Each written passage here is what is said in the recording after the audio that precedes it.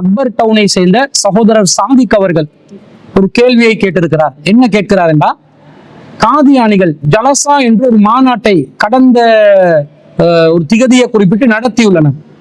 காதியானி சகோதரர் ஒருவரிடம், நபிக்கு பிறகு நபி வர மாட்டார்களே, ஏன் இந்த கொள்கையில் இருக்கிறீர்கள் என்று கேட்டால், இது வழிகெட்ட கொள்கையாக இருந்தால் இவ்வளவு மக்கள் இதில் சேர்ந்து இருப்பார்களா?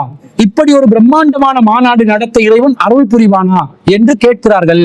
இதற்கு பதில் தரவும் என்று சொல்லி சகோதரர் சாதிக் அவர்கள் அக்பர் டவுன்ல இருந்து கேட்கிறாங்க. முதலாவது என்ன விஷயம் என்றா, காதியானிகள் என்று சொல்லக்கூடிய ஒரு வழிகட்ட பிரிவினர் நபிகள் நாயகம் ஸல்லல்லாஹு அலைஹி வஸல்லம் அவர்களுக்கு பிறகு நபிமார்கள் வருவார்கள். அப்படி வந்த ஒரு நபிதான் காதியானி பகுதியை சேர்ந்த மிர்சா குலாம் அஹ்மத் என்பவன் என்று சொல்லி அவனை நபியாக ஏற்றுக்கொண்டு அவனுக்கு பிறகு ஹலீஃபாக்கள் தோன்றுவார்கள் என்று சொல்லக்கூடிய ஒரு கொள்கையில் இருக்கிறார்கள். இது ஒரு வழிகட்ட கொள்கை, ஒரு குஃப்ரியத்தான ஒரு கொள்கை என்று நாங்கள் பிரகடனப்படுத்தி வருகிறோம். இதை பற்றி காதியானி சகோதரரிடம் எத்தி வைக்கின்ற நேரத்துல அவனோட ஜலசா என்று சொல்லக்கூடிய ஒரு மாநாடு நடந்திருக்குது. ஜல்சா எதுவோ தெரியல, ஒரு மாநாடு நடந்திருக்குது. அந்த மாநாட்டுல மக்கள் ஒன்று குழுமி இருக்கிறாங்க. அது இங்கிலாந்துல நடக்குது. பிரித்தானியாவுல நடக்கக்கூடிய அந்த மாநாட்டுல பல்லாயிரக்கணக்கான மக்கள் ஒன்று குழுமி இருக்கிறாங்க. இதை காட்டி அவர் என்ன கேட்கிறாருன்னா, வழிகட்ட கொள்கையாக இருந்தா இத்தனை மக்கள் ஒன்று கூடுவார்களா? இப்படி ஒன்று கூடி இருப்பதே அல்லாஹ்வுடைய அருள் இந்த அமைப்பில் இருக்கிறது, எனவே இது வெற்றி பெற்ற ஒரு அமைப்பு தான் என்று அந்த காதியானி சகோதரர் மார்க்க ரீதியான ஆதாரங்களை முன்வைக்காமல் ஒரு உலக ரீதியான ஒரு காரணத்தை முன்வைத்து தன்னுடைய வழிகேட்டை நியாயப்படுத்தி இருக்கிறார். முதலாவது அந்த சகோதரருக்கு என்ன பதிலை இவர் கொடுக்கணுமா? இவர் பதிலளிக்க சொல்ற அந்த சகோதரர் தெளிவடைவதற்காக என்ன பதில் சொல்லணும் என்றா, உலகத்துல இந்த பெரும்பான்மையை வைத்து முடிவெடுப்பது, நேர்வழி எது வழிகேடு எது என்று முடிவெடுப்பது இஸ்லாத்துல ஒரு அடிப்படையே இல்லை. அல்லாஹ் தஆலா திருக்குர்ஆன்ல 6வது அத்தியாயத்துல 116வது வசனத்துல சொல்கிறான்,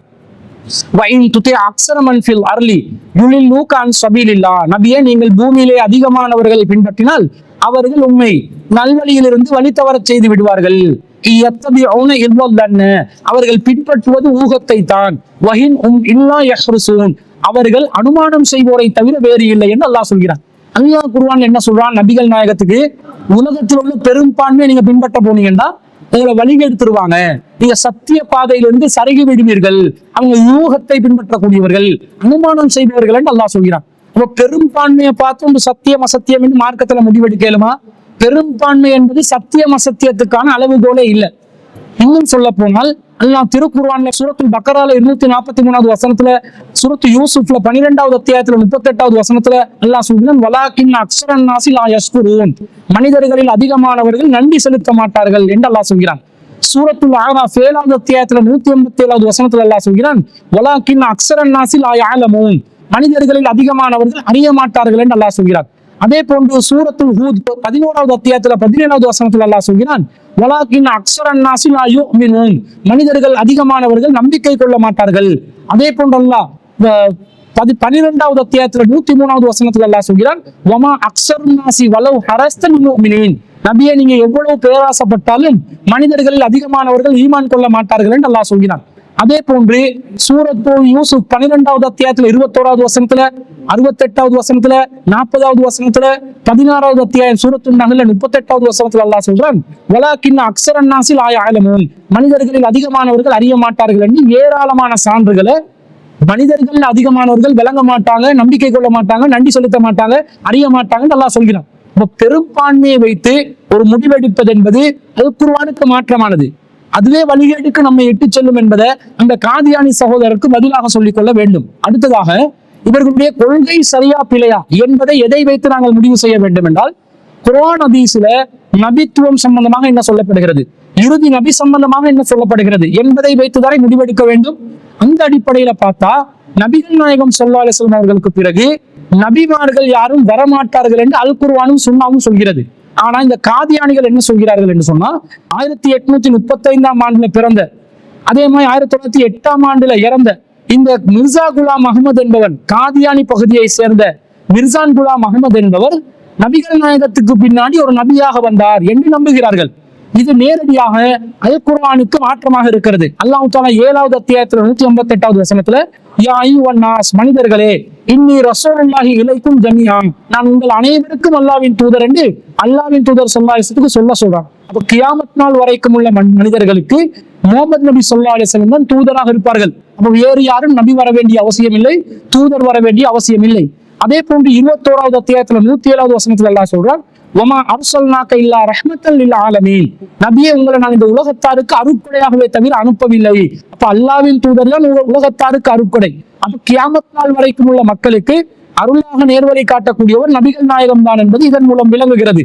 அதே போன்று 34வது அத்தியாயத்தில் 28வது வசனத்தில் அல்லாஹ் சொல்கிறான், வமா அர்சல்நாக இல்லா காஃபத்தன் லின்னாஸ், நபியே, உங்களை மனித குலம் அனைவருக்கும் நபியாக அனுப்பியிருக்கிறோம். பஷீரம் வனதீரா, நற்செய்தி சொல்பவராக, எச்சரிக்கை செய்பவராக. வலாக்கின் அக்ஸர் அன்னாஸி லா யஅலமூன், ஆனால் அதிகமான மக்கள் விளங்க மாட்டார்கள் என்று சொல்லி அல்லாஹ் சொல்கிறார். அதே போன்று 25வது அத்தியாயத்துல 1வது வசனத்துல தபாரக்கல்லதி நஸ்ஸலல் ஃபுர்கான அலா அப்திஹி லியகூன லில் ஆலமீன நதீரா, அல்லாஹ் தனது அடியாருக்கு இந்த ஃபுர்கானை அருளினானே, அவனுக்கே எல்லா பாக்கியமும். அவன் எத்தகையவர் என்றால் மக்கள் அனைவருக்கும், அகிலத்தார் அனைவருக்கும் எச்சரிக்கை செய்பவராக இந்த நபியை அனுப்பி இருக்கிறார் என்று சொல்லி ஏராளமான குர்ஆன் வசனங்கள் ரசூலுல்லாஹ் தான் கியாமத் நாள் வரைக்கும் நபி என்றதை உறுதிப்படுத்துகிறது. அதே போன்று நபி ஸல்லல்லாஹு அலைஹி வஸல்லம் அவர்கள் சஹீஹுல் புகாரியிலே 335வது செய்தியில ஜாபிர் இப்னு அப்துல்லா ரலியல்லாஹு அன்ஹு அவங்க அறிவிக்கக்கூடிய செய்தியில ரசூலுல்லாஹ் சொல்றாங்க, வகான நபியு யுபஅசு இலா கௌமிஹி ஹாஸா, ஒவ்வொரு நபியும் தன்னுடைய சமுதாயத்துக்காக ஹாஸாவாக அனுப்பப்பட்டுள்ளார், அந்த சமூகத்துக்கு மட்டும் நபியாக அனுப்பப்பட்டுள்ளார். வபுஇஸ்து இலன் நாஸி ஆம்மா, ஆனால் நான் ஒட்டுமொத்த மனித சமூகத்துக்கு நபியாக அனுப்பப்பட்டுள்ளேன் என்று இந்த வசனத்துக்கு விளக்கமாக நபிகள் நாயகம் ஸல்லல்லாஹு அலைஹி வஸல்லம் அவர்கள் சொல்லி இருப்பதை பார்க்கிறோம். அதே போன்று சஹீஹ் முஸ்லிம்ல 4777வது செய்தியை சஅத் இப்னு அபீ வக்காஸ் ரலியல்லாஹு அன்ஹு அவங்க அறிவிக்கிறாங்க. ரசூலுல்லாஹ் சொல்றாங்க, ஹல்லஃப ரசூலுல்லாஹி ஸல்லல்லாஹு அலைஹி வஸல்லம் அலி இப்னு அபீ தாலிப் ஃபீ கஸ்வத்தி தபூக், தபூக்குடைய போரின் போது அலி ரலியல்லாஹு அன்ஹு அவர்களை மக்களை பார்த்து கொள்ளுமாறு நபி ஸல்லல்லாஹு அலைஹி வஸல்லம் அவர்கள் நியமிக்கிறார்கள், பிரதிநிதியாக நியமிக்கிறார்கள். அப்ப அலி ரலியல்லாஹு அன்ஹு கேக்குறாங்க, யா ரசூலல்லாஹ் துஹல்லிஃபுனி ஃபி நிசாஇ வஸ்ஸிபியான், பெண்களையும் சிறுவர்களையும் பார்ப்பதற்காகவா என்னை நீங்கள் பிரதிநிதியாக நியமிக்கிறீர்கள் என்று கேட்ட நேரத்துல ரசூலுல்லாஹ் சொல்றாங்க, அமா தர்லா அன் தகூன மின்னி பிமன்சிலத்தி ஹாரூன மின் மூசா, அலியே, நீங்க மூசாவுக்கு ஹாரூன் எந்த இடத்தில் இருந்தாரோ அந்த மாதிரி எனக்கு நீங்கள் இருப்பதை நீங்கள் விரும்பவில்லையா, என்னுடைய ஒரு பிரதிநிதியாக இருப்பதை நீங்கள் விரும்பவில்லையா என்று சொல்லிவிட்டு ஆனால் ஒரு விஷயத்தை புரிந்து கொள்ளுங்கள், எனக்கு பிறகு எந்த நபியும் இல்லை என்று நபி ஸல்லல்லாஹு அலைஹி வஸல்லம் சொல்றாங்க. அப்ப எந்த நபியும் இல்லைன்னு சொன்ன பிறகு மிர்சா குலாம் அஹ்மத் எப்படி நபியாக ஆக்குவாங்க, அது வழிகட்ட சிந்தனையாக வருகிறது. அதே போன்று அபூ ஹுரைரா ரலியல்லாஹு அன்ஹு அவர்கள் அறிவிக்கக்கூடிய ஒரு செய்தி புகாரிலே 3455வது செய்தியாக பதிவு செய்யப்படுகிறது. அதுல என்ன வருது, கானத் பனு இஸ்ராயீல தசூசுஹுமுல் அன்பியா, பனு இஸ்ரவேலர்களை நபிமார்கள் தான் பராமரித்து வந்தார்கள், நபிமார்கள் தான் அவர்களுக்கு நிர்வகிப்பவர்களாக இருந்தார்கள். ஹலக்க நபியுன் ஹலஃபஹு நபியுன், ஒரு நபி மரணித்து விட்டால் இன்னொரு நபி அவருக்காக வேண்டி நியமிக்கப்படுவார். வ இன்னஹு லா நபிய பஅதி, ஆனால் எனக்கு பிறகு எந்த ஒரு நபியும் கிடையாது. வஸயகூனு குலஃபாஉ ஃபயக்ஸுரூன், ஆனால் எனக்கு பிறகு ஹலீஃபாக்கள் தான் வருவார்கள், அவர்கள் அதிகமானவர்களாகவே இருப்பார்கள் என்று நபி ஸல்லல்லாஹு அலைஹி வஸல்லம் சொன்னதுல இருந்து நபிக்கு பிறகு எந்த நபியும் இல்லை, ஹலீஃபாக்கள் வேண்டும் என்றால் வரலாம் என்ற செய்தியை இந்த செய்திகள்ல இருந்து பாக்குறோம். அப்ப காதியானிகள் என்ன சொல்றாங்க தெரியுமா, மிர்சா குலாம் அஹ்மத் நபிக்கு பிறகு வந்த நபி என்றாங்க. அப்ப நபி என்று சொல்றீங்களே, இந்த இத்தனை குர்ஆன் வசனங்களுக்கும் இத்தனை ஹதீஸ்களுக்கும் மாற்றமாக அவரை நபி என்று நீங்க சொல்றீங்களே, அவருக்கு வந்த வேதம் என்ன, அவருக்கு வேதத்தை நீங்கள் எடுத்து காட்டுவீர்களா? மிர்சா குலாம் அஹ்மத் ஒரு நபி என்று அவருக்கு வேதம் வந்திருக்கிறோம், எல்லா நபிமார்களுக்கும் நல்ல வேதம் கொடுத்திருக்கிறார். மிர்சா குலாம் அஹ்மதுக்கு வந்த வேதம் என்ன, அந்த வேதத்துக்கு அவர் விளக்கமா சொன்ன நூட்கள் என்ன, அவருடைய மிர்சா குலாம் அஹ்மதுடைய ஹதீஸ்கள் என்ன, அவைகளை பட்டியல் போட்டா காம லீலைகளும் முரண்பாடுகளும், ஒரு பெண்ணை திருமணம் முடிப்பதற்காக அலைந்து திரிந்த கதைகளும், ஒருவனை தன்னுடைய பகைவனை பழித்திருப்பதற்காக இந்த மார்க்கத்தை பயன்படுத்தி கொண்ட விதத்தையும், ஆங்கிலத்தில் வகி வந்ததும் அது இலக்கண முரண்பாடுகளுடன் வந்ததையும் என்று ஏராளமான குளறுபடிகளை நாங்கள் பார்க்கிறோம். அப்ப அது வகியா, வகி என்றா தெளிவாக இருக்கும். அவருக்கு இங்கிலீஷ்ல வகி வந்துச்சாம், வேகமா வகி வந்துதான், அதனால அந்த வகியில கிராமட்டிக்கல் மிஸ்டேக் வந்துச்சாம் என்றெல்லாம் உணரி கற்ற அளவுக்கு வகியை ஒரு குழப்பமாக சொல்லக்கூடிய ஒருவரை நபி என்று கொண்டிருப்பது எவ்வளவு பெரிய ஒரு வழிகேடு, எவ்வளவு பெரிய ஒரு குஃப்ரியத்தான காரியம் என்பதை நாங்கள் விளங்க வேண்டும். ஆனா இவங்க என்ன சமாளிக்கிறாங்க தெரியுமா, மிர்சா குலாம் அஹ்மது நபியா வந்துட்டாரு, சரி, அதற்கு பிறகு யாரு நபி என்று கேட்டா அதற்கு பிறகு நபி வர மாட்டாங்க, அதற்கு பிறகு ஹலீஃபாக்கள் வருவாங்க என்று சொல்கிறார்கள். அவர்களுடைய முக்கியமான ஒருவர் அந்த காதியான அமைப்பை சேர்ந்த உசூராக இருக்கக்கூடிய ஒரு தலைவர் ஒருவர், அவர் சொல்லக்கூடிய அந்த செய்தியை பாருங்கள். ஒரு தூதருடைய நபிமார்களுடைய அந்த அந்தஸ்தை இந்த உலகிலே நிலைத்திருக்க செய்வதற்காக, நிழல் வடிவில் அதனை நிலைநிறுத்துவதற்காக அல்லாஹு தஆலா खलीफाக்களை खुलाफाக்களை ஏற்படுத்துகிறார். तो इसी वजह से खुदा ताला ने खिलाफत को तजवीज किया था दुनिया कभी और किसी जमाना में बरकाते रिसालत के मालूम है. எனவே இதன் காரணமாகத்தான் அல்லாஹு தஆலா खिलाफत அமைப்பை ஏற்படுத்தி இருக்கின்றார். இதனுடைய நோக்கம் என்னவென்றால் இந்த உலகம் ஒருபோதும் நபிமார்களுடைய அந்த அருளிலிருந்து பேரிழந்து விடக்கூடாது என்பதற்காக. அவர் என்ன சொல்கிறார்? அந்த நபித்துவத்தின் நிழலை இந்த உம்மத்தில் அல்லாஹ் நிலை நிறுத்துவான். அப்ப நபிக்கு பிறகு நபி வர மாட்டார் என்றது இஸ்லாத்தோட கொள்கை. இப்ப ரசூலுல்லாஹ்க்கு பிறகு ஒரு நபி வர முடியாது. ஆனா ரசூலுல்லாஹ்க்கு பிறகு மிர்சா குலாம் அஹ்மத் நபியா வருவாராம். சரி, மிர்சா குலாம் அஹ்மதுக்கு பிறகு யாராவது நபியா வருவாரான்னு கேட்டா அது நபி வரமாட்டாங்க. யாரு வருவாங்களா? நபித்துவத்தின் நிழல், அதற்கு பிறகு அவருடைய நிழலாக நுபுவத்தின் நிழல் இந்த உம்மத்துல நிலை நிறுத்தப்படும் என்று அதற்கு குலஃபாக்கள் அல்லாஹ் ஏற்படுத்துவான் என்று சொல்கிறார்கள். அதுக்கு அவங்க எதை ஆதாரமா காட்டுறாங்கன்னு சொன்னா, ரசூல் ஸல்லல்லாஹு அலைஹி வஸல்லம் சொல்லக்கூடிய ஒரு செய்தி அஹ்மதுல 17680வது செய்தியா பதிவு செய்யப்பட்டிருக்கிறது. அதுல ரசூலா சொல்றாங்க, தகூனு நுபுவத ஃபீக்கும் மாஷா அல்லாஹு அன் தகூன. இந்த நுபுவத்து அல்லாஹ் எவ்வளவு காலம் உங்கள் மத்தியிலே நிலை பெற வேண்டும் என்று அல்லாஹ் நாடுவானோ அவ்வளவு காலம் நிலை பெறும். சும்மா எர்ஃபாவா இதாஷான, பிறகு அல்லாஹ் அதை உயர்த்துவான். அல்லாஹ் நாடும் போது அதை உயர்த்தி விடுவான். சும்ம தகூனு ஹிலாஃபத்துன் அலா மின்ஹாஜின் நுபுவா. வாசகத்தை கவனியுங்கள். பிறகு அல்லாஹ் குலஃபாக்களை ஹலீஃபாவை ஹிலாஃபத்தை ஏற்படுத்துவான். அலா மின்ஹாஜின் நுபுவா, நுபுவத்தின் ஒளியிலிருந்து வழியிலிருந்து அல்லாஹ் ஏற்படுத்துவான். ஃபதகூனு மாஷா அல்லாஹ் அன் தகூன. பிறகு அது நிலை பெறும் காலம் எல்லாம் அல்லாஹ் நாடும் அளவுக்கு நிலை பெறும். பிறகு சும்ம தகூனு முல்கன் வால்லன் ஃபயகூனு மாஷா அல்லாஹ் ஐயகூன. பிறகு மன்னராட்சி இடம்பெறும். ஆனா அந்த மன்னர் நல்லவரா இருப்பாரு, ஆனா மன்னராட்சி நிலை பெறும். அது அல்லாஹ் நாடும் அளவுக்கு நிலை பெறும். பிறகு சும்ம தகூனு முல்கன் ஜபரியத்தன். பிறகு அல்லாஹ் அடக்குமுறை செய்யக்கூடிய ஒரு மன்னராட்சியை ஏற்படுத்துவான். ஃபதகூனு மாஷா அல்லாஹ் அன் தகூன. அல்லாஹ் நாடிய காலம் வரைக்கும் அது நிலை பெறும் என்று சொல்லிட்டு கடைசியா ரசூலுல்லாஹ் சொல்றாங்க, சும்ம தகூனு கிலாஃபத்தன் அலா மின்ஹாஜின் நுபுவா. பிறகு மீண்டும் நுபுவத்தின் வழியிலிருந்து ஒரு ஹிலாஃபத் ஏற்படும் என்ற ஒரு செய்தியை வந்து சும்மா சக்கத்த பிறகு நபிகள் நாயகம் அமைதி அடைந்தார்கள் என்ற ஒரு செய்தி வருகிறது. இதை காட்டி மின்ஹாஜுன் நுபுவா, நபிகள் நாயகத்தின் அந்த நுபுவத்தின் ஒளியிலிருந்து ஒரு ஹிலாஃபத் ஏற்படும் என்று சொன்னார்களே, அந்த ஹிலாஃபத் தான் இது காதியானிகளுடைய ஹிலாஃபத். இந்த ஹிலாஃபத்தின் ஹலீஃபாவாகத்தான் காதியானிகளின் உசூர் தலைவர் இருக்கிறார், அவர்தான் அந்த ஹலீஃபா. எனவே அந்த ஹலீஃபாவுடைய அந்த நுபுவத்தின் நிழலில் நுபுவத்தின் வழியில் ஏற்படக்கூடிய அந்த ஹிலாஃபத்துக்கு நாங்க கட்டுப்படணும் என்ற மாதிரி ஒரு கருத்தை சொல்கிறார்கள். இப்ப இங்க மின்ஹாஜுன் நுபுவாண்டு வருது. மின்ஹாஜுன் நுபுவாண்டு வந்தா என்ன அர்த்தம்? நுபுவத்தின் வழியிலிருந்து. ரசூல் ஸல்லல்லாஹு அலைஹி வஸல்லம் நுபுவத்தின் வாசல் அடைக்கப்பட்டு விட்டது என்றாங்க. நற்செய்திகள் மட்டும் வரும் என்றாங்க. நல்ல கனவுகள் தான் நற்செய்திகள் என்றாங்க. இதை தாண்டி நுபுவத்த வழியில நுபுவத் அடிப்படையில வஹி வந்து ஆட்சிக்கு வழிகாட்டப்படாது. ஆனா ரசூல் என்ன சொல்றாங்க? ஒரு எனக்கு பிறகு ஆரம்பத்துல ரசூல் சொல்றாங்க, தகூனு நுபுவத்த ஃபீக்கும் மாஷா அல்லாஹ் வ தகூன. நுபுவத்து அல்லாஹ் நாடும் அளவு காலம் அளவுக்கு நிலை பெறும். சும்ம தகூனு ஹிலாஃபத்துன் அலா மின்ஹாஜின் நுபுவா. பிறகு நுபுவத்தின் வழியில் மின்ஹாஜின் நுபுவாவில் ஒரு ஹிலாஃபத் ஏற்படும் என்றாங்க. அதாவது அபூபக்கர் ரலியல்லாஹு ஹிலாஃபத், உமர் ரலியல்லாஹு ஹிலாஃபத், உஸ்மான் ரலியல்லாஹு ஹிலாஃபத், அலி ரலியல்லாஹு ஹிலாஃபத், முஆவியா ரலியல்லாஹு ஹிலாஃபத், யஸீத் ரலியல்லாஹு ஹிலாஃபத்னு ஒரு ஹிலாஃபத் வழி வருது. இது மின்ஹாஜுன் நுபுவா, நுபுவத்தின் வழியில் அந்த ஹிலாஃபத் அமையும் என்றாங்க. இந்த நுபுவத்தின் வழியில் உள்ள ஹிலாஃபத்துல உள்ள ஆட்சியாளர்கள் குலஃபாக்கள் அவர்கள் அல்லாஹ்விடமிருந்து வஹி பெற்றவர்களாக தங்களை அறிவித்துக் கொண்டார்களா? அல்லாஹ்வின் வஹியை பெற்றுதான் நாங்கள் ஆட்சி நடத்துகிறோம் என்று சொன்னார்களா?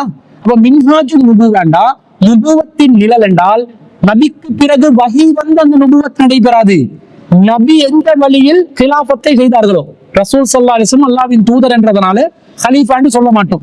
என்ற ரசூல் அல்லாஹ்வின் தூதராக தூது பணியையும் நிலைநிறுத்தினார்கள், ஆட்சி பணியையும் நிலைநிறுத்தினார்கள். ரசூல்லா செஞ்ச ஆட்சி பணி என்ற அந்த பகுதியை ரசூல்லாவுக்கு பிறகு அந்த ரசூல்லாவுடைய நுபுவத்தின் அடிப்படையில் ரசூல்லா செஞ்சாங்களே ஆட்சி, அந்த நிழல்ல யாரு செய்வார்களோ அவர்கள் தான் நேர்வழி பெற்ற ஹலீஃபாக்கள் என்று இதன் மூலம் அல்லாஹ் சொல்கிறான். இந்த ஹலீஃபாவை தானே அல்லாஹ் சொல்கிறான். இதை தாண்டி இவங்களுக்கு வஹி வந்து வஹி மூலம் மக்களை ஆட்சி செய்கின்ற, மக்களை வழிநடத்துகின்ற ஒரு கலீஃபாவை பற்றி அல்லாஹ் சொன்னானா? சொல்லவில்லை. மாறாக இவங்க என்ன செய்றாங்கன்னு பாருங்க. இவங்களோட கலீஃபாவுக்கு பின்னாடி எப்படிப்பட்ட ஒரு நிலையில இருக்கணும் என்று சொன்னா, அவங்க சொல்றாங்க, முதலாவது சொல்றாங்க, நீங்க வந்து இந்த கலீஃபாவுக்காக வேண்டி எழுந்திருக்க வேண்டும். எந்த அளவுக்கு எழுந்திருக்க வேண்டும் என்றா, அந்த ஹலீஃபா முன்னாடி நீங்க ஒரு ஜனாசா போல இருக்கணும். ஹிலாஃபத்துல காலடியில உங்களோட தலையை கொண்டு வந்து வைக்கணும். ஒரு ஜனாசா போல நீங்க கிடக்கணும். ஆட்சியாளருக்கு எந்த விதத்திலும் நீங்க முரண்படக்கூடாது. மொத்தமா ஒரு ஷேக் முன்னாடி ஒரு புரட்டப்படுகின்ற ஜனாசாவை போன்று நீங்கள் ஆக வேண்டும் என்று இந்த காதியானிய மதத்தினுடைய உஸ்தாத் உசூர் அவர்கள் சொல்லும் அந்த காணொலியை பாருங்க.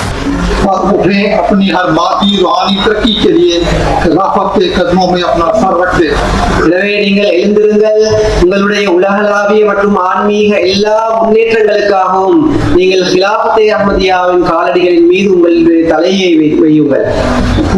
खुद को खलीफतुल मसीह के हाथ में ऐसे दे दें जैसे गस्साल के हाथ में मैयत होती है। यानी जो शख्स मैयत को नहलाता है, जैसे उसके हाथों में मैयत होती है, तो मैयत का अपना कोई ख्याल नहीं होता। वो कुछ उल्टे पलटे दाएं करे बाएं करे, जहाँ चाहे जिस चाहे दौड़े, उसका अपना ख्याल मैयत का खत्म हो जाता है। ऐसे ही हमें अपने आप को खिलाफत के हाथों में दे देना चाहिए और जैसे चाहे जिस चाहे हम उससे काम लें। அவர்கள் கூறுகின்றார்கள், எனவே நீங்கள் எவ்வாறு உங்களை கிலாபத்தின் கீழ் கொடுத்து விட வேண்டும் என்றால், ஜனாதாவை மையத்தை குளிப்பாட்டுகின்றவருடைய கையில் மையத்தை எவ்வாறு இருக்கின்றதோ அவ்வாறு நீங்கள் கிலாபத்தின் கையில் உங்களை கொடுத்து விட வேண்டும். மையத்தை குளிப்பாட்டுகின்றவர் அந்த மையத்தை விரும்பியவாறு அவர் அதனை அங்கு திருப்பலாம், இங்கு திருப்பலாம், அந்த மையத்தை மாற்றலாம், கையை உயர்த்தலாம், எது வேண்டும் என்றாலும் அந்த மையத்தில் அவர் அதாவது செய்ய முடியும். அந்த ஜனாதாவுக்கு எந்த ஆற்றலும் இருக்காது. அதே போன்று நீங்கள் உங்களை முழுமையாக கிலாபத்தில் ஒப்படைத்து விடுங்கள். इसी में हमारी कामयाबी की जमानत है। அப்ப இந்த மாதிரி ஒரு ஹலீஃபாவாக இஸ்லாம் இருக்க சொல்லிட்டா இப்படி இருக்க சொல்லல. அல்லாஹ் தஆலா திருக்குர்ஆன்ல 4வது அத்தியாயத்துல 59வது வசனத்துல அல்லாஹ் சொல்கிறான், யா அய்யுஹல்லதீன ஆமனு, நம்பிக்கை கொண்டவர்களே, அத்தியுல்லாஹ வ அத்தியுர் ரசூல், அல்லாஹ்வுக்கும் இந்த தூதருக்கும் கட்டுப்படுங்கள், வ உலில் அம்ரி மின்கும், உங்கள் அதிகாரம் உள்ளவர்களுக்கும் கட்டுப்படுங்கள். ஃபைன் தனாஸஅதும் ஃபி ஷைஇன், உங்களில் யாராவது ஒரு விஷயத்துல முரண்பட்டால் ஃபருத்துஹு இலல்லாஹி வர் ரசூல், அதை அல்லாஹ்விடமும் அல்லாஹ்வுடைய தூதரிடமும் ஒப்படைங்கள். இன் குன்தும் துமினூன பில்லாஹி வல் யௌமில் ஆகிர், நீங்கள் அல்லாஹ்வை மறுமை நாளை நம்பி இருந்தால் அல்லாஹ்விடமும் அல்லாஹ்வுடைய தூதரிடமும் ஒப்படைங்கள். தாலிக கைரும் வ அஹ்ஸனு தஅவீலா, இதுதான் சிறந்தது, அழகிய விளக்கம் என்று அல்லாஹ் சொல்கிறார். அப்ப ஆட்சியாளருக்கு அல்லாஹ் கட்டுப்படுத்த சொல்றான். ஆனா ஆட்சியாளர் அல்லாஹ் ரசூலுடைய விஷயத்துல முரண்பட்டா ஜனாசா போல கிடங்கண்டானா கிடங்கன்னு சொல்லல. எப்படி அல்லாஹ் சொல்றான்? ஃபருத்துஹு இலல்லாஹி வர் ரசூல், அதை அல்லாஹ்விடத்தில் அல்லாஹ்வின் தூதரிடத்திலும் ஒப்படையுங்கள். அப்ப அல்லாஹ் இந்த விஷயத்துல எப்படி நடக்க சொன்னாங்க, அல்லாஹ்வுடைய தூதர் எப்படி நடக்க சொன்னாங்களோ அந்த மாதிரி நாங்க நடக்கணும் என்றுதான் அல்லாஹ் தஆலா குர்ஆன்ல நேர்வழி பெற்ற ஆட்சியாளர்கள் சம்பந்தமாக குறிப்பிடுகிறான். அதுக்கு மாற்றமாக ஜனாசாவை போல கிடக்க சொன்னா அது நேர்வழி பெற்ற ஆட்சியா? அது வழிகட்ட ஆட்சி, அது குஃப்ரியத்தான் ஆட்சி. ஜனாசா புரட்ட மாதிரி கண்மூடித்தனமாக பின்பற்றக்கூடிய ஒரு மக்கள் கூட்டத்தை உருவாக்குவதற்காக கண்ட உதாரணங்களையும் ஆதாரமாக காட்டி பேசுவதை இஸ்லாத்தின் ஆதாரமாக எடுக்க முடியாது. மேலும் புகாரியில 7144வது செய்தியில நபிகள் நாயகம் ஸல்லல்லாஹு அலைஹி வஸல்லம் சொல்றாங்க, அஸ்ஸமு வத்தாஅத்து ஹக்குன், செவிமடுப்பதும் அதே போன்று கட்டுப்படுதலும் என்பது சத்தியம், அது கடமை, அது நிலைநிறுத்தப்பட வேண்டும். மாலம் உமர் பில் மஈசத்தி, ஆனா மார்க்கத்துக்கு மாற்றமான காரியங்களில் கட்டுப்படுதல் என்பதும் செய்மடுத்தல் என்பதும் கிடையாது. யாராவது ஒருவர் மார்க்கத்துக்கு முரணான ஒன்றை உங்களுக்கு ஏவினால் கட்டுப்படுதலும் கிடையாது, செய்மடுத்தலும் கிடையாது என்ற செய்தியை அப்துல்லா பின் அம்ர் ரலியல்லாஹு அன்ஹு அறிவிக்கிறாங்க, ரசூல் ஸல்லல்லாஹு அலைஹி வஸல்லம் அவர்கள் சொன்னதாக. அப்ப இதுல இருந்து என்ன விளங்குது? கட்டுப்படுதல் செய்மடுத்துதல் என்பது மார்க்கத்துக்கு உட்பட்ட காரியங்கள், அல்லாஹ் ரசூலுக்கு மாற்றம் செய்யற காரியத்துல இல்ல. அப்படிதான் குர்ஆன் வசனமும் சொல்லுது, இந்த ஹதீஸும் சொல்லுது. இன்னும் சொல்ல போனால் பாவமான காரியங்களை கட்டுப்படுதல் கிடையாது என்று புகாரில 4340வது செய்தியில அலி ரலியல்லாஹு அன்ஹு அறிவிக்கிறாங்க, அத்தாஅத்து ஃபில் மஅரூஃப், கட்டுப்படுதல் என்பது நன்மையான காரியங்களில் தான், முரணான காரியங்களில் கட்டுப்படுதல் என்பது கிடையாது என்ற செய்தியை அலி ரலியல்லாஹு அன்ஹு அறிவிக்கிறாங்க. அப்ப இதுல இருந்து என்ன விளங்குதுன்னா, ஜனாசாவை போல ஹலீஃபா முன்னாடி கிடக்க முடியாது. அப்ப ஜனாசா முன்னாடி தக்லீதாக கண்மூடித்தனமாக பின்பற்றக்கூடிய ஒரு கூட்டத்தை உருவாக்குற காதியானி மதம் சரியான மதமா? காதியானி பிரிவு சரியான பிரிவா, அது வழிகேட்டின் உச்சத்தில் இருக்கக்கூடிய ஒரு பிரிவு என்பதை நாங்கள் விளங்க வேண்டும். இன்னும் சொல்ல போனால் இந்த மின்ஹாஜுன் நுபுவா நபி ஸல்லல்லாஹு அலைஹி வஸல்லம் காலத்துல ஏற்பட்டுச்சு. அதற்கு பிறகு மீண்டும் ஒரு மின்ஹாஜுன் நுபுவா கியாமத் நாள் நெருங்கும் போது ஏற்படும் என்று குறித்த ஹதீஸ் சொல்கிறது. எப்படி சொல்லுது?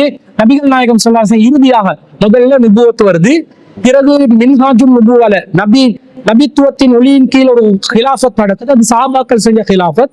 அதற்கு பிறகு மன்னராட்சி நடைபெறும். அதுல நல்ல ஒரு மன்னர் ஆட்சி செய்வார். பிறகு மன்னராட்சி நடைபெறும். கெட்ட மன்னர்கள், அடக்கி ஆளக்கூடிய ஜப்ரியத்தானவர்கள் அதுல ஆட்சி செய்வார்கள். பிறகு நபி ஸல்லல்லாஹு அலைஹி வஸல்லம் ஹிலாஃபா நடக்கும், மின்ஹாஜுன் நுபுவால நடக்கும். அது எதிர்காலத்துல கியாமத் நாள்ல நிலை பெறக்கூடிய ஒரு ஆட்சியாக இருக்கும். அது ஹிலாஃபத்தா இருக்கும். ஹிலாஃபத் என்றா ஆட்சி அதிகாரம் செலுத்தக்கூடிய ஒன்றா இருக்கும். அந்த ஹிலாஃபத் நபி வழி அடிப்படையில் ஹிலாஃபத்தை செய்யும் என்று வருது. ஏண்டா ஹிலாஃபத் என்பது அல்லாவின் கலீஃபா என்பது அல்லாவின் பிரதிநிதியும் அல்ல. யாருடைய பிரதிநிதி என்றால் அது ரசூலுல்லாஹ்வின் பிரதிநிதி என்பதை நாங்கள் புரிந்து கொள்ள வேண்டும். அஹ்மதுல் 56வது செய்தியில் அபூ முலைக்கா என்பவர் அறிவிக்கிறார், அபூபக்கர் ரலியல்லாஹு அன்ஹு அவர்களிடம் அபூ முலைக்கா அவர்கள் கேட்கிறார்கள், யா கலீஃபத் அல்லாஹ், அல்லாவின் கலீஃபா என்று அழைக்கிறார்கள், விழிக்கிறார்கள். அப்ப அவர் சொல்கிறார், அபூபக்கர் அவர்கள், ஆனா கலீஃபத்து ரசூலில்லாஹ், நான் அல்லாஹ்வின் தூதருடைய கலீஃபா ஸல்லல்லாஹு அலைஹி வஸல்லம், வஅன ராலின் பிஹி வஅன ராலின் பிஹி வஅன ராலின் பிஹி, அதுதான் நான் திருப்தி அடைகிறேன், அதுதான் நான் திருப்தி அடைகிறேன், அதுதான் நான் திருப்தி அடைகிறேன் என்று சொல்கிறார். அல்லாஹ்வின் கலீஃபாவாக இருக்க யாருக்கு முடியாது. ஒருவர் இல்லாத நேரத்துல இன்னொருவர் பிரதிநிதியாக இருக்க முடியும், இருக்கும்போது பிரதிநிதியாக இருக்க முடியாது. அப்ப அல்லாஹ் எப்பயாவது இல்லாம போனாதான் நாங்க பிரதிநிதியாக முடியும். அல்லாஹ் இல்லாம போவானா? இல்லாம போக மாட்டான் என்றால் அல்லாவுக்கு யாரும் பிரதிநிதியாக முடியாது. ஹலீஃபாண்டா ஹலீஃபத்து ரசூலில்லாஹ், ரசூலுல்லாஹ்வுடைய ஹலீஃபாவாக இருக்கிறார். ரசூலுல்லாஹ்வுடைய ஹலீஃபாண்டா ரசூலுல்லாஹ் ஆட்சி செய்த நபி வழியின்படி ஆட்சி செய்யக்கூடிய ஒரு நிலை. அதான் மின்ஹாஜுன் நுபுவா, அதான் சஹாபாக்கள் செஞ்சாங்க. எதிர்காலத்துல கியாமத் நாள் நெருங்கும் பொழுது ஒரு நபி வழி அடிப்படையில நுபுவத்தின் அடிப்படையில நிலை பெறக்கூடிய ஒரு ஆட்சி நிலவும் என்று ரசூல் ஸல்லல்லாஹு அலைஹி சொன்னாங்க. இப்ப இந்த காதியானிகள் செய்யக்கூடிய அந்த யூகேல இருக்கக்கூடிய அவர்களுடைய தலைமையகம் ஒரு ஹிலாஃபத்தா, அது ஒரு ஆட்சியா, அது மின்ஹாஜுன் நுபுவா, ஜனாசா போல இருக்க சொன்னா மின்ஹாஜுன் நுபுவா. காதியானி மக்கள், அப்பாவி மக்கள் இருக்கிறாங்க. அதுல பல பேர் எனக்கு தெரியும், தனிப்பட்ட முறையில் அறிந்தும் இருக்கிறேன். ஆனால் அவர்களுடைய அந்த அப்பாவித்தனம் இந்த மார்க்கத்துல அவங்க நேர்வழி இருக்கிறதுக்கு ஆதாரமாகாது. அவர்கள் வழிகேட்டில் உச்சத்தில் இருக்கிறார்கள். அந்த குஃப்ரியத்தான கொள்கையிலிருந்து விடுபட வேண்டும். புகாரி என்ன சொல்லுது, முஸ்லிம் என்ன சொல்லுது, திருமிதி என்ன சொல்லுது, நசாய் என்ன சொல்லுது, ஹதீஸ் கிரந்தங்கள் என்ன சொல்லுது, எந்த செய்தியும் அவர்களுக்கு தெரியாது. அப்பாவித்தனமாக அவர்கள் சிக்கி கிடக்கிறார்கள். ஆனால் அந்த அப்பாவித்தனத்திலிருந்து அவர்கள் விடுபட்டு காதியானி மதத்திலிருந்து அவர்கள் இஸ்திக்பார் செய்து கலிமாவை ஏற்றுக்கொண்டு அவர்கள் முஹம்மது ரசூலுல்லாஹ்வை இறுதி நபித்துவத்தை உறுதியாக ஏற்றுக்கொள்ள வேண்டும். இதற்கு மாற்று கருத்து காதியானி மதம் சொல்லும் என்று சொன்னால் அவர்களுடைய நாங்கள் பகிரங்கமாக விவாதத்திற்கு தயாராக இருக்கிறோம். பகிரங்க மேடையில உங்களுடைய அந்த சிந்தனை சித்தாந்தங்கள் எல்லாம் வழிகேடு என்பதை தோலுறுத்தி காட்டுவதற்கு நாங்கள் தயாராக இருக்கிறோம்.